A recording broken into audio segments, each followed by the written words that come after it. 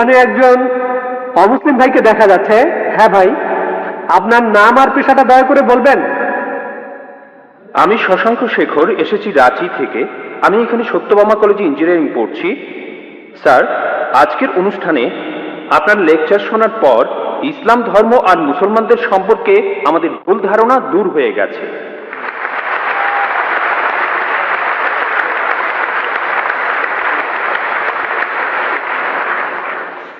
Sir, আমি জম্মু আর কাশ্মীরে গিয়েছি, সেখানকার ভীতিকর অবস্থা দেখেছি। মানুষ সেখানে কষ্টে আছে মুসলমানদের সেই তথাকথিত জিহাদের কারণে। স্যার, আমার প্রশ্নটা হলো, ইসলাম কি এইসব কাজের অনুমতি দেয়? যদি না দেয়, তাহলে এই জিহাদ শব্দটার অর্থ আসলে কি?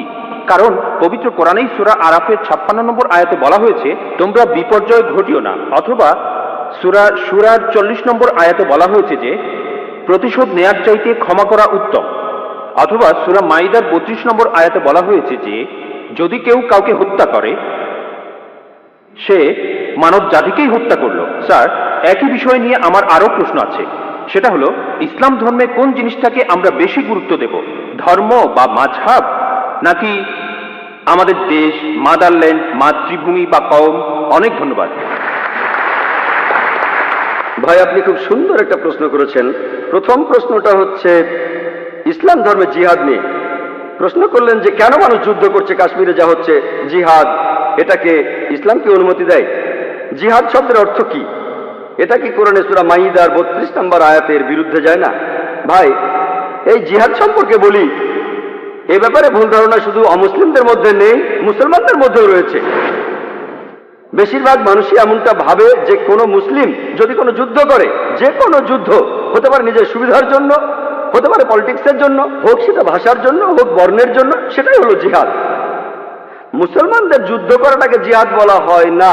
জিহাদ শব্দটা এসেছে আরবি শব্দ জাহাদা থেকে, তার মানে চেষ্টা করা, তার মানে পরিশ্রম করা। জিহাদ মানে সংগ্রাম, কোনো কিছুর জন্য চেষ্টা বা পরিশ্রম করা। ইসলামিক অভিধান অনুযায়ী জিহাদ অর্থ কারো অসৎ প্রবৃত্তির বিরুদ্ধে সর্বশক্তি দিয়ে লড়াই করা।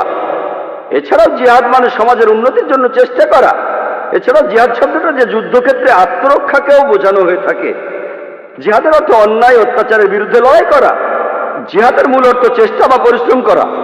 অনেক মানুষের ভুল ধারণা আছে যে জিহাদ মানে পবিত্র যুদ্ধ। তারা জিহাদের অনুবাদ করে পবিত্র যুদ্ধ। পবিত্র যুদ্ধ বলে যে আরবি শব্দটা আছে সেটা হারবুম মুকাদ্দাসা। যদি আপনারা কোরআন পড়েন, কোরআনের কোথাও পাবেন না, একটা আয়াতও নেই। অথবা নবীজি সাল্লাল্লাহু আলাইহি সাল্লামের সহিহ হাদিসেও কোনো জায়গায় হারবুম মুকাদ্দাসার কথা বলা নেই। এই শব্দটা কোরআন বা হাদিসে নেই। জিহাদ শব্দটার অনুবাদ কোনোভাবেই পবিত্র যুদ্ধ নয়। ঐতিহাসিকরা এই পবিত্র যুদ্ধ শব্দটা প্রথম ব্যবহার করেছিল খ্রিস্টানদের ক্রুসেডকে বোঝানোর জন্য, যারা খ্রিস্টান ধর্ম প্রচার করেছে আর হাজার হাজার মানুষ হত্যা করেছে। দুর্ভাগ্যজনকভাবে বেশিরভাগ লোক, এমনকি তথাকথিত মুসলমান পণ্ডিতগণও জিহাদের অনুবাদ করে পবিত্র যুদ্ধ। এটা ভুল অনুবাদ। জিহাদ শব্দটার অর্থ চেষ্টা বা পরিশ্রম করা। অনেক সময় এই চেষ্টাটা যুদ্ধক্ষেত্রে হতে পারে, সেই যুদ্ধটাও হবে আল্লাহ সুবহানাহু ওয়া তাআলার পথে, সেটা কিতাল ফি সাবিলিল্লাহ। একটা প্রশ্ন করা হয়, ইসলামে কেন যুদ্ধ আর হত্যার অনুমতি দেওয়া হয়েছে? ইসলামের অনেক সমালোচক আছেন যারা বলেন ইসলাম খুব নিষ্ঠুর একটা ধর্ম। ইসলাম সবসময় বলে অমুসলিম কাউকে দেখলে তাকে মেরে ফেলো। অনেকেই বলেন, ইন্ডিয়াতে এরকম একজন আছেন অরুণ সুরি, তিনি একটা বই লিখেছেন দ্য ওয়ার্ল্ড অফ ফতোয়া। তিনি সূরা তাওবার 5 নম্বর আয়াতের উদ্ধৃতি দিয়ে বলেছেন যে কোরআন বলছে কোনো কাফিরদের যেখানেই পাবে, ব্র্যাকেটে হিন্দু, তাদেরকে হত্যা করবে। যদি আপনি পবিত্র কোরআনের সূরা তাওবার 5 নম্বর আয়াতটা দেখেন, সেখানে বলা হয়েছে কাফিরদের যেখানে পাবে হত্যা করবে। তবে এই উদ্ধৃতিটার প্রসঙ্গের কথা এখানে বলা নেই। যদি আপনারা এই আয়াতটার আগের আয়াতগুলো পড়েন, সেখানে একটা শান্তি চুক্তির কথা বলা হয়েছে। মক্কার মুশরিকদের সাথে মুসলিমদের একটা শান্তি চুক্তি। পবিত্র কোরআনের সূরা তাওবার প্রথম 4টা আয়াতে মক্কার মুশরিকদের সাথে মুসলমানদের একটা শান্তি চুক্তির কথা বলা হয়েছে। আর মক্কার মুশরিকরা এই শান্তি চুক্তিটা ইচ্ছা করেই ভেঙেছিল। এরপর আল্লাহ তাআলা 5 নম্বর আয়াতটা নাজিল করলেন মুশরিকদের সম্পর্কে। সেই আয়াতে আল্লাহ মুসলিমদের বললেন, সবকিছু 4 মাসের মধ্যে ঠিক করে ফেলো, না হলে যুদ্ধ ঘোষণা করো। আর যুদ্ধক্ষেত্রে আল্লাহ বলেছেন, যখন শত্রুরা তোমাকে আক্রমণ করতে আসবে, তুমি শত্রুদের হত্যা করবে। এই আয়াতটা যুদ্ধক্ষেত্রের কথা বলছে। যখন শত্রুরা তোমাকে মারতে আসবে, ভয় না পেয়ে লড়াই করো। আজকের দিনে একজন আর্মি জেনারেল তার দলের সৈন্যদের মনোবল চাঙ্গা করার জন্য সেই জেনারেল বলবেন যে যখন শত্রুরা আসবে তাদের মেরে ফেলো। আর অরুণ সুরি 5 নম্বর আয়াতটা বলার পরে চলে গেছেন 7 নম্বর আয়াতে, কারণ 6 নম্বর আয়াতে উত্তরটা আছে। পবিত্র কোরআনের সূরা তাওবার 6 নম্বর আয়াতে উল্লেখ করা হয়েছে, যদি কোনো কাফির তোমার কাছে আশ্রয় প্রার্থনা করে, যদি তারা শান্তি চায়, তাহলে তোমরা তাদের নিরাপদ স্থানে পৌঁছে দেবে। শত্রু যদি আশ্রয় প্রার্থনা করে, তাদের নিরাপদ স্থানে পৌঁছে দাও। আজকের দিনের সবচেয়ে ভালো আর্মি জেনারেল খুব বেশি হলে তার সৈন্যদের বলবেন যে শত্রুদের চলে যেতে দাও। এখানে আল্লাহ বলছেন তাদের শুধু ছেড়ে দিও না, তাদের কোনো নিরাপদ স্থানে পৌঁছে দাও। যখনই কোরআনে যুদ্ধের প্রসঙ্গে কথা থাকে, আরেকটা হলো সূরা আনফালের 60 নম্বর আয়াতে উল্লেখ আছে, তোমাদের শক্তি ও অশ্ববাহিনী প্রস্তুত রাখো আর শত্রুদের আক্রমণ করো। পরের আয়াতে বলছে, কিন্তু শত্রুরা যদি সন্ধি করতে চায়, তুমিও সন্ধি করো। তাহলে যে আয়াতগুলোতে যুদ্ধের কথা বলা হয়েছে, তার পরের আয়াতে বলছে যদি তারা শান্তি চায়, শান্তিই ভালো। এখন আরেকটা প্রশ্ন, সূরা মাইদার 32 নম্বর আয়াতে কি বলছে, বা সূরা নিসার 40 নম্বর আয়াতে কি বলছে, যে যদি কোনো মানুষকে হত্যা করা হয়, তাহলে সে যেন পুরো মানুষ জাতিকে হত্যা করলো। এটাই হলো ইসলামের আসল কথা।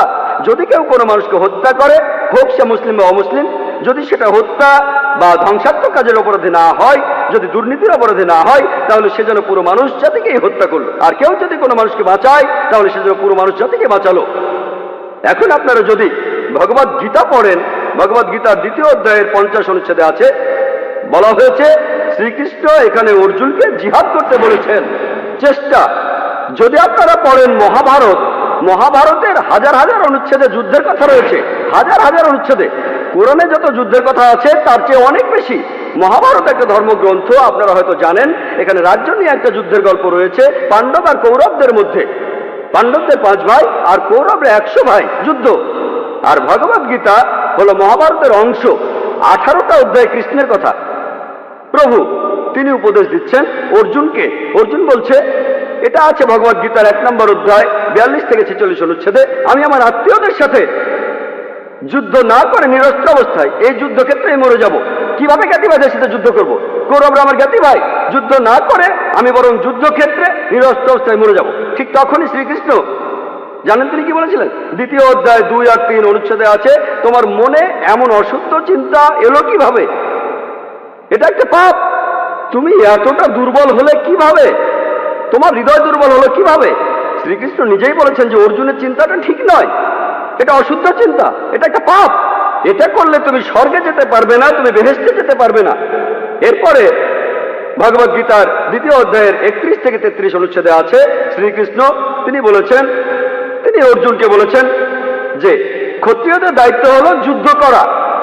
যদি যুদ্ধ না করো তাহলে স্বর্গে যেতে পারবে না, আর যুদ্ধ না করলে তুমি একটা পাপ করবে।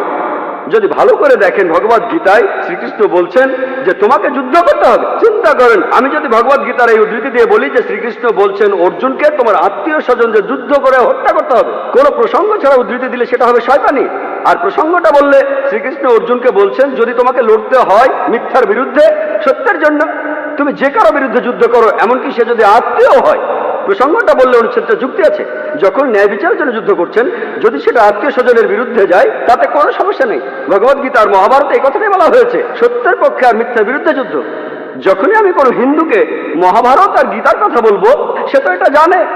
সে বলবে না, মহাভারত আর গীতায় সত্যের সাথে মিথ্যার যুদ্ধের কথা বলা হয়েছে। আর ঠিক এরকম কথাই আছে পবিত্র কোরআনে। তাহলে মহাভারত আর গীতার উদ্ধৃতিগুলো শুনলে আপনি কোরআনকেও বুঝতে পারবেন। এছাড়াও অনেক লোক বলে ও কোরআনে জিহাদের কথা বলছে, আপনি জিহাদ করতে গিয়ে মারা গেলে বেহেশতে যাবেন। অনেকে আছেন, তাদের একজন অরুণ সুরি বলছেন, তিনি সহিহ বুখারী থেকে হাদিসের উদ্ধৃতিও দিয়েছেন। 4 নম্বর খণ্ড বুক অব জিহাদ 2 নম্বর অধ্যায়ের 46 নম্বর হাদিস বলা হয়েছে, একজন মুজাহিদ হলো সেই লোক যে আল্লাহ সুবহানাহু ওয়া তাআলার পথে চেষ্টা করে, আর আল্লাহ নিজেই জানেন কে চেষ্টা করছে। এরপরে নবীজি বলেছেন যদি কোনো মুজাহিদ যুদ্ধক্ষেত্রে মারা যায়, সে জান্নাতে যাবে, সে পরকালে বেহেশতে যাবে। কিন্তু যদি সে ফিরে আসে, মারা না যায়, সে ফিরে আসবে গনিমতের মাল নিয়ে। এই হাদিসটা আর কোরআনের বিভিন্ন আয়াতের কথা বলছেন ইসলামের সমালোচকরা। আমি ভাবি হিন্দু সমালোচকরা এই উদ্ধৃতিটা দেয় কিভাবে? তারা কি ভগবদ গীতা পড়েনি? তারা কি মহাভারত পড়েনি? এমনকি শ্রীকৃষ্ণ তিনি ভগবদ গীতায় বলেছেন 2য় অধ্যায়ের 37 অনুচ্ছেদে আছে, হে অর্জুন, হে কুন্তির পুত্র, যুদ্ধের প্রস্তুতি নাও। যদি যুদ্ধে মারাও যাও, কোনো সমস্যা নেই, তুমি স্বর্গে চলে যাবে। আর যদি তুমি জয়লাভ করে ফিরে আসো, তাহলে তুমি এই পৃথিবীর ধন সম্পদগুলো পাবে। হাদিসে একই কথা আছে। তাহলে কৃষ্ণ যখন অর্জুনকে বলছে যুদ্ধ করো, সমস্যা নেই, যদি মারা যাও স্বর্গে চলে যাবে, যদি যুদ্ধে জিতে ফিরে আসো তুমি অনেক ধন সম্পদ পাবে। সহিহ বুখারীও একই কথা বলছে, কোরআনেও একই কথা আছে। তাহলে ধর্মগ্রন্থগুলো পড়লে আমরা একে অন্যকে ভালোভাবে বুঝতে পারবো। তাহলে ইসলামে যুদ্ধের অনুমতি আছে শেষ উপায় হিসেবে, আত্মরক্ষার জন্য, আর অত্যাচারের বিরুদ্ধে, না হলে নয়। আর জিহাদ অর্থ চেষ্টা বা পরিশ্রম করা। এবার আমরা দ্বিতীয় প্রশ্নে আসি, কোনটা বেশি ইম্পর্ট্যান্ট? এখানে বেশি ইম্পর্ট্যান্ট কি দেশের আইন কানুন মেনে চলা, নাকি মাযহাব বা দিনকে মানা? যেন আমাকে প্রশ্ন করছেন, আমার উপর কার দাবি আগে? আমার বাবার দাবি আগে না মায়ের দাবি আগে? ভাই, এর আইন আর ধর্মের আইন মানার ব্যাপারে একটা কথা বলি, আল্লাহকে মানার ব্যাপারে বলি। মহান ঈশ্বর আমাদের সৃষ্টিকর্তা, তিনি আমাদের চাইতে অনেক উপরে। ঈশ্বরের আইন মেনে চলাটা আমাদের কাছে সবচেয়ে ইম্পর্টেন্ট, অন্য যে কোনো আইনের চাইতে। সে আইনটা যেই লিখুক না কেন, যেই লিখুক না কেন। তবে আমি একজন ইন্ডিয়ান, আমি জানি যে ইন্ডিয়ার সংবিধানে এমন কোনো আইন নেই যেটা ইন্ডিয়ার কোনো মুসলমানকে তার ধর্ম পালন করতে বাধা দেয়। কোনো বাধা নেই। সত্যি বলতে ইন্ডিয়া এমন একটি দেশ যার সংবিধানে লেখা আছে যে ইন্ডিয়ার নাগরিক, তাদের জন্য এটা জন্মগত অধিকার যে তারা তাদের ধর্ম পালন করতে পারবে। আমিও সে কাজই করছি।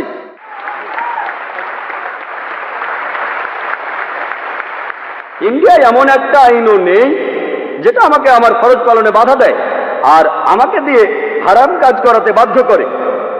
এমন কোনো আইন নেই। আমি 5 ওয়াক্ত নামাজ পড়তে চাইলে পড়বো, না পড়তে চাইলে পড়বো না। ইন্ডিয়ার সংবিধানে এমন একটা আইনও নেই যেটা আমাকে ভালো মুসলিম হতে বাধা দেয়। আমি এখানে আমার কথা বলতে পারি, আমি একজন ভালো মুসলিম আলহামদুলিল্লাহ, আর একজন ভালো ইন্ডিয়ানও।